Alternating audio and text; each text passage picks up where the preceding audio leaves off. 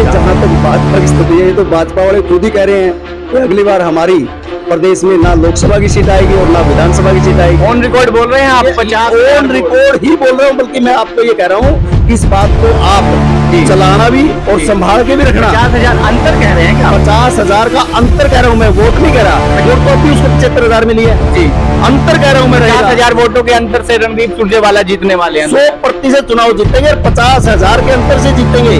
और उसके सामने जो भी प्रत्याशी होगा, चाहे वो किसी भी पार्टी का हो, उसकी जमानत जब्त होगी। इसमें रणदीप सिंह सुरजेवाला 2019 में टिकटें बांटे, अपने प्रत्याशी उतारे, पर अपनी खुद की सीट भी नहीं कर पाए। तो कहीं ना कहीं मैंने जब आपसे सवाल पूछ लिया संगठन को लेकर, कहीं आपको कुछ चुभ तो नहीं गया? कैथल विधानसभा से चौधरी रणदीप सिंह सुरजेवाला ही चुनाव लड़ेंगे।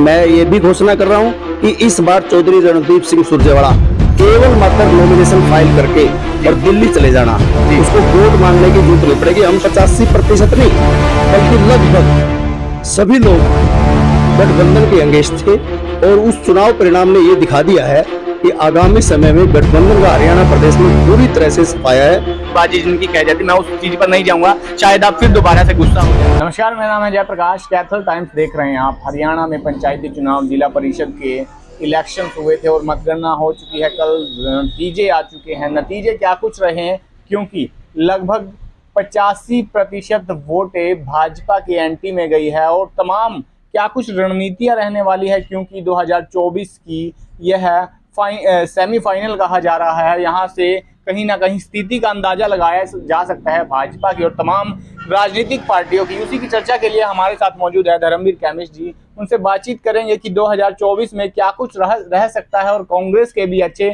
नेता हैं और प्रवक्ता भी हैं, क्या कुछ कहना है, इनसे बातचीत कर लेते हैं। सर नमस्कार। धन्यवाद सर। सर नतीजे आ चुके हैं जिला परिषद के, और क्या कुछ देखते हैं जो नतीजों को देखते हुए हरियाणा की राजनीति में 2024 में क्या कुछ निकलकर सामने आ सकता है? देखिए, मेरा व्यक्तिगत रूप से भी ये मानना है और हरियाणा प्रदेश की जनता का भी ये मानना है और विभिन्न राजनीतिक पार्टियों के नेताओं का भी ये मानना है जी कि ये चुनाव 2024 के होने वाले विधानसभा चुनाव का एक ट्रेलर था जी। और इस चुनाव के परिणामों ने ये दिखा दिया है कि आगामी समय में, मतलब 2024 में जी, लोकसभा और विधानसभा चुनाव में स्पष्ट बहुमत से कांग्रेस की सरकार बनने जा रही है जी। जैसा कि अभी अभी आपने भी कहा कि लगभग 85% वोट भाजपा के अगेंस्ट गए हैं जी। आपने बहुत बढ़िया कहा। इससे मुझे लगता है कि आपको भी पूरे प्रदेश का पूरा ज्ञान है जी। और ये सच्चाई भी है, इसमें भी कोई दो राय नहीं है कि 85% नहीं, बल्कि लगभग सभी लोग गठबंधन के अंगेज थे और उस चुनाव परिणाम ने ये दिखा दिया है कि आगामी समय में गठबंधन का हरियाणा प्रदेश में पूरी तरह से सफाया है और कांग्रेस स्पष्ट बहुमत से सरकार बनाने जा रही है। जी, जैसे भाजपा से लोग नाराज नजर आए, पर इस बीच आम आदमी पार्टी भी खाता खोलने में कामयाब रही, क्योंकि इससे पहले निकाय चुनाव में कहीं एक भी सीट नहीं खोलने में कामयाब रही। पंचायती चुनाव में कहीं ना कहीं ग्राफ बढ़ता हुआ नजर आया, उसको किस प्रकार से देखते हैं? देखिए, जहां प्रदेश में 411 जिला परिषद की सीटें हों जी, जिन पर चुनाव हुए हैं, उनमें से मान लो आम आदमी पार्टी को 11 सीटें मिल भी गई जी, तो ये खाता खोलने और ना खोलने के बराबर ही है। जी, ठीक है, जो भी चुनाव लड़ता है, चाहे वो आम आदमी पार्टी लड़ती है, चाहे वो कोई और पार्टी लड़ती है, जी, कुछ सीटें तो उसको आती है जी, और चुनाव लड़ने के बाद कुछ सीटें यदि नहीं आती तो फिर चुनाव कौन सी पार्टी लड़ेगी? जी, कोई भी पार्टी चुनाव लड़े, चाहे उसको 1 सीट आए, चाहे उसको 10 आए, चाहे उसको और आए, जी, आएंगी, इसमें कोई दो राय नहीं। लेकिन अगले विधानसभा चुनाव में भी जहां तक आम आदमी पार्टी की बात है, विधानसभा चुनाव में आम आदमी पार्टी को भी कुछ नहीं है। जी। सिरसा की बात कर लेते हैं। सिरसा में 6 सीटों पर कामयाब रही आम आदमी पार्टी, और भाजपा क्या एक भी सीट नहीं। अगर जेजेपी से बात करते हैं, जेजेपी समर्थित को भी नहीं कुछ मिला, और अभय सिंह चौटाला सीटें लेने में कामयाब रहे। देखिए, जहां तक सिरसा जिले की बात है, इंडियन नेशनल लोकदल शुरू से ही सिरसा जिला रहा जी, और अब भी 10 सीटों पर उसने विजय हासिल की है जी, और 6 सीटों पर आप पार्टी ने विजय हासिल की है। जी, लेकिन सिरसा जिला पंजाब से लगता हुआ जिला है जी, और वहाँ पर उनकी सरकार है। उस सरकार का प्रभाव सिरसा जिले पर पड़ा और उस प्रभाव की वजह से वो प्रत्याशी जीतने में कामयाब रहे। लेकिन पूरे हरियाणा प्रदेश में आप पार्टी का भी कुछ नहीं है और गठबंधन का भी कुछ नहीं है। भाजपा की स्थिति को किस प्रकार देखते हैं? लोकसभा चुनाव पास में है और देखिए, जहां तक भाजपा की स्थिति है, ये तो भाजपा वाले खुद ही कह रहे हैं कि अगली बार हमारी प्रदेश में ना लोकसभा की सीट आएगी और ना विधानसभा की सीट आएगी। कौन कह रहा है? भाजपा वाले सभी नेता कह रहे हैं। भाजपा के दो नेताओं ने जी। कैथल जिले में प्रचार किया था, जी। दोनों सीटें पूरी तरह से सफाई हुई और चौथे नंबर पर आए। जी, कौन से नेता है, क्या जो नाम? शिवम को जी। भाजपा नेता बताते हैं, वैसे मैं तो उनको नेता नहीं मानता, जी। लेकिन शिवम को बहुत बड़े नेता मानते हैं जी। और उन्होंने उन्हीं सीटों पर प्रचार किया था और दोनों ही कैंडिडेट जी। चौथे नंबर पे आए हैं। बताओ भाजपा नेता वाले कहां पर खड़े हैं? आप खुद अंदाजा लगाओ कि भाजपा कहीं पर भी नहीं। चलिए, भाजपा की स्थिति पर आप मुस्कुराते हुए नजर आ रहे हैं, परंतु अगर कांग्रेस की बात करें तो कांग्रेस अपने टिकट तक भी बांटती हुई नहीं नजर आ रही है, सिंबल पर चुनाव नहीं लड़ती हुई नजर आ रही, निकाय चुनाव में भी कतराती हुई, बैकफुट करती हुई नजर आई थी। देखिए, आपको शायद ये नहीं पता कि भारतीय जनता पार्टी लोगों को तोड़ने में विश्वास रखती है और कांग्रेस पार्टी लोगों को जोड़ने में विश्वास रखती है। उसी को मद्देनजर रखते हुए माननीय राहुल गांधी जी ने भारत जोड़ो यात्रा भी शुरू की हुई है। जी।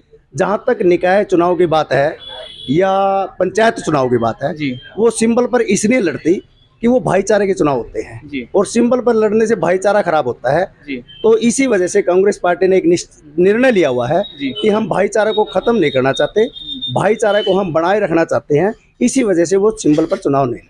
जी, आपने तोड़ने जोड़ने की बात कही तो कांग्रेस की कई बार इंटरनल खबरें आती हैं कि इसने उसको कह दिया, इसने उसको कह दिया, तो क्या लगता है कांग्रेस खुद को भी जोड़ने में कामयाब रही है? नहीं, क्योंकि हरियाणा में अभी तक संगठन मजबूत नहीं है। देखिए, कांग्रेस पहले भी एक थी। संगठन की बात कर रहे हैं। मैं पहले कांग्रेस की बात कर लेता हूँ, उसके जी। बाद संगठन की बात आती है। जी। पहले भी कांग्रेस एक थी, आज भी एक है और आगे भी रहेगी। जी।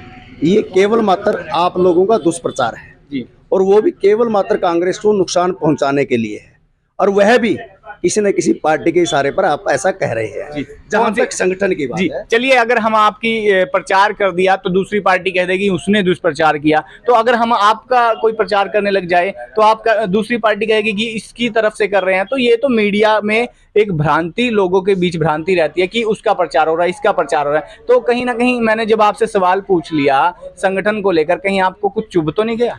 क्योंकि मैं आपको बता दूं, संगठन की बात अभी कुछ ही समय पहले कुमारी शैलजा और ये तमाम जितने भी नेता है, आपको पता ही है, गुटबाजी जिनकी कह जाती, मैं उस चीज पर नहीं जाऊंगा, शायद आप फिर दोबारा से गुस्सा हो जाए। कांग्रेस नेताओं का बार बार यही शिकायत रहती है, तो मैं संगठन की बात ही करूंगा कि कब होगा मजबूत संगठन।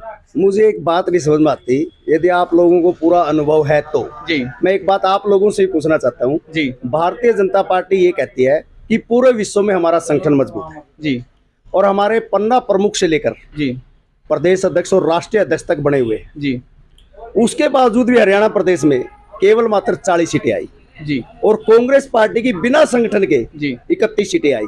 जी। इसका मतलब कांग्रेस पार्टी बिना संगठन के भी मजबूत है या नहीं है? तो आप संगठन में विश्वास नहीं रखते? नहीं, हम लोग संगठन में विश्वास रखते हैं। जी। ये तो आप लोगों ने कांग्रेस को दुष्प्रचार करने के लिए सवाल उठाया हुआ है, जबकि जनता खुद ये कहती है भाई संगठन है या नहीं है। मैंने ये नहीं रखता, मैंने ये रखता है कि हम लोग उन पार्टियों में विश्वास नहीं रखते जो भारत को तोड़ने में विश्वास रखती है, जैसे कि भारतीय जनता पार्टी। तो आपने हम कांग्रेस में इसलिए विश्वास रखते हैं कि कांग्रेस भारतीय पार्टी भारत को जोड़ने में विश्वास रखती है, जैसे कि राहुल गांधी की पद यात्रा ने ये दिखा दिया है।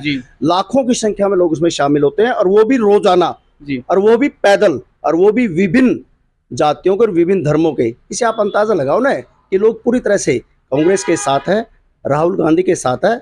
इसमें कोई दो राय नहीं कि आने वाले समय में कांग्रेस पार्टी की सरकार बनेगी। आपने संगठन की बात करी, संगठन नहीं होने के बावजूद इतनी सीटें हम ले गए, पर रणदीप सिंह सुरजेवाला के खेमे की बात करूंगा। आप रणदीप सिंह सुरजेवाला के खेमे से आते हैं। रणदीप सिंह सुरजेवाला 2019 में टिकटें बांटे, अपने प्रत्याशी उतारे, पर अपनी खुद की सीट भी नहीं कर पाए। और वो खेमे की बात कर रहा हूं मैं, उस संगठन की। आपने संगठन की बात नकारते हुए कहा हुड्डा ग्रुप का संगठन सीटें कामयाब रहा, जितने उनके प्रत्याशी उन्होंने उतारे जिताने में कामयाब रहे। पर रणदीप सिंह सुरजेवाला के संगठन की बात कर रहा हूं, जहां पर आप संगठन में विश्वास नहीं जता रहे, तो क्या कुछ हालात है बिना संगठन के? आप खुद देख लीजिए ना, रणदीप सुरजेवाला खुद की सीट भी नहीं बचा पाए। देखिए, जहां तक खुद की सीट की बात है, कई बार ऐसा हो जाता है कि खुद की सीट भी नहीं बचती। जी। माननीय प्रधानमंत्री रहे हैं अटल बिहारी वाजपेयी जी, वो खुद की सीट नहीं बचा पाए थे। जी। उससे बढ़िया प्रधानमंत्री आप लोग कहते हैं कि नहीं हो सकता। जी। जहां तक रणदीप सिंह सुरजेवाला की बात है, लगातार 3 बार विधानसभा चुनाव जीता है। जी इस बार यदि वो केवल मात्र 26-24 वोटों से हारते हैं तो इसका मतलब ये मान लिया जाए कि उनके पास संगठन नहीं है या वोट नहीं है। जी ऐसा नहीं है। जहां तक मेरी अपनी बात है, हमारे अंदर कोई गुट नहीं है, कोई खेमा नहीं है। जी ठीक है, मैं चौधरी रणदीप सिंह सुरजेवाला का एक लॉयल कार्यकर्ता हूं, इसमें कोई दो राय नहीं, जी और लॉयल कार्यकर्ता ही रहूंगा, इसमें भी कोई दो राय नहीं। जी लेकिन जहां तक गुटबाजी की बात है, गुटबाजी ना पहले थी, ना आज है, ना आगे होगी, इसमें कोई दो राय नहीं। तो जनता जानना चाहती है या लोग भी कार्यकर्ता एक शिकायत रहती है कि संगठन हो तो हम सुचारू रूप से काम कर सकते हैं और पार्टी के कार्यक्रम में शामिल हो सकते हैं। तो कब तक संगठन बनेगा, क्योंकि उदयभान अब प्रदेश अध्यक्ष भी बना दिए हैं, तो क्या कुछ आगे की रहने वाली है, क्योंकि 2024 की तैयारियां तो आपने शुरू कर दी होगी। देखिए, भारतीय राष्ट्रीय कांग्रेस ने अभी पिछले दिनों राष्ट्रीय अध्यक्ष का चुनाव कराया है, जी और उसके तुरंत बाद 2 प्रदेशों के चुनाव हो गए, जी हिमाचल और गुजरात के। जी जैसे इन चुनावों में